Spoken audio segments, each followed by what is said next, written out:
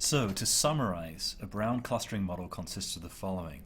We have some vocabulary V, which would typically be the set of all words seen in our training corpus.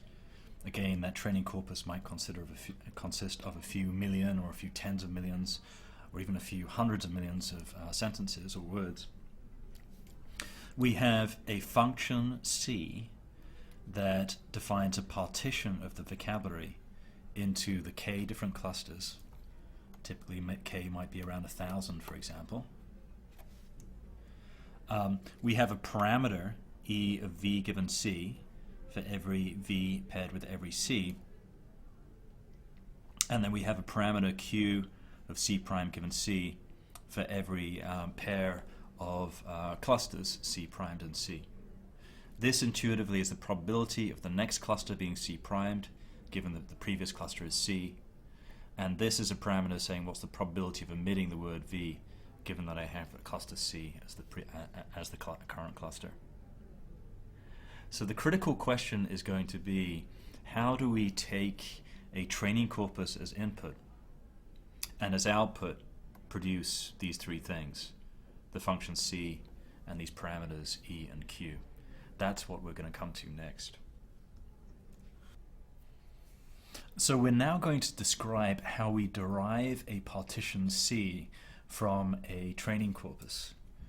Our training corpus consists of a sequence of words W1, W2, up to Wn. Just think of this as the concatenation of all the sentences in our training data. Again, this might easily be a few tens or hundreds of millions of words. And what I'm going to describe here is a measure of how well a particular partition C fits this particular training corpus. So this is a function called quality, which takes as input a training corpus and a partition C and returns a value reflecting how well that partition C fits this particular set of training examples. This is nothing more than the log likelihood of the data, as we'll see in a moment.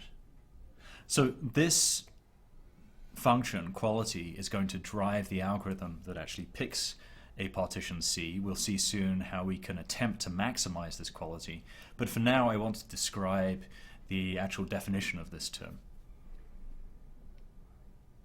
So what I have here is a sum from I equals 1 to n of the log probability of the ith word in the corpus, whereas before this log probability consists of two terms, the product of two terms.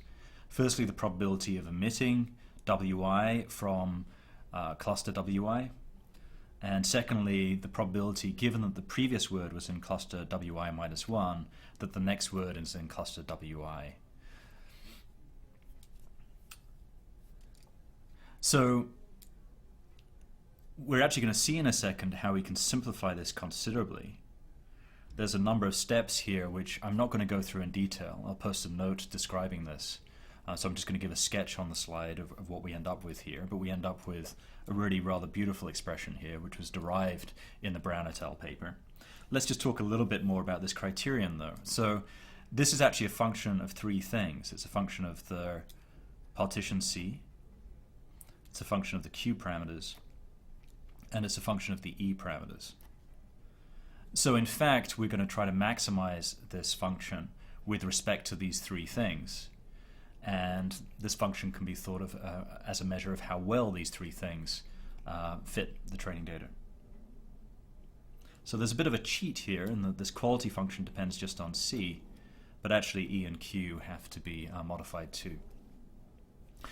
A critical observation is that once I have a function C, the values for the E and Q parameters can be derived in the usual maximum likelihood way. So for example, E of v given 1 is going to be count of the state 1 emitting there divided by the number of times we've seen the state 1. Or Q of 2 given 1, say, is just going to be the count of our 1 being followed by 2 divided by the count of 1. So if I fix the value for C, this partition, I can read off counts like this. I can read off the number of times I see the cluster 1, the number of times I see the word there in that cluster. or I can count off the number of times I see cluster 1 followed by cluster 2. And these relationships hold because if I fix C, I still want to maximize this function with respect to E and Q, and this will be the values for E and Q that maximize this function. This insight is critical, and it leads through a few lines of algebra to the following form down here. So I have two terms here. G is a constant, so we can ignore this because we're going to be maximizing this function, and this constant is insensitive to the partition C. But what we end up with here is a term where we sum over all pairs of clusters, C and C primed. I look at the probability of seeing C followed by C primed in the corpus, and then I look at the log of P of C followed by C primed divided by P of C and P of C primed. How are these P's actually derived? Well, I can read off these counts from the corpus. So if I see, for example, the dog saw the cat, let's say I have some function capital C which I'm trying to evaluate, and say that maps the word the to 1, dog to 2, saw to 3, the to 1, cat to 2. Having performed this mapping, I can calculate the number of times I see C followed by C primed. So for example, n1, 2 is equal to 2 in this case. Or I can compute the number of times I've seen a particular class.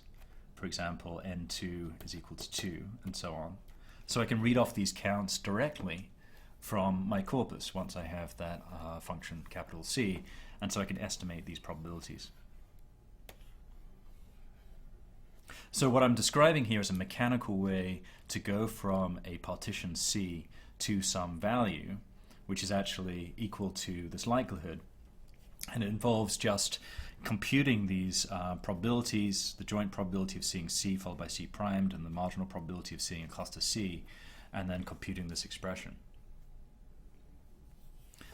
This identity just follows through a few lines of algebra. So that's the most important point, really, that we have a simple way of evaluating a clustering, and it has this relatively simple form. And actually, just very briefly, for those of you who might have seen some information theory, this is actually the mutual information. But again, I should stress the main result in this slide is that we now have a way of taking a partition C, so some assignment of words to clusters, and evaluating the quality of that clustering. So this is a function that will take a clustering and measure how well it fits our training corpus, and it's derived through likelihood. It's basically going to be a measure of the likelihood of the corpus under this particular clustering. And again, the derivation from this line to this takes a few times of algebra. I'm not going to go into the details of that. We'll post the original paper or a note explaining that in more detail.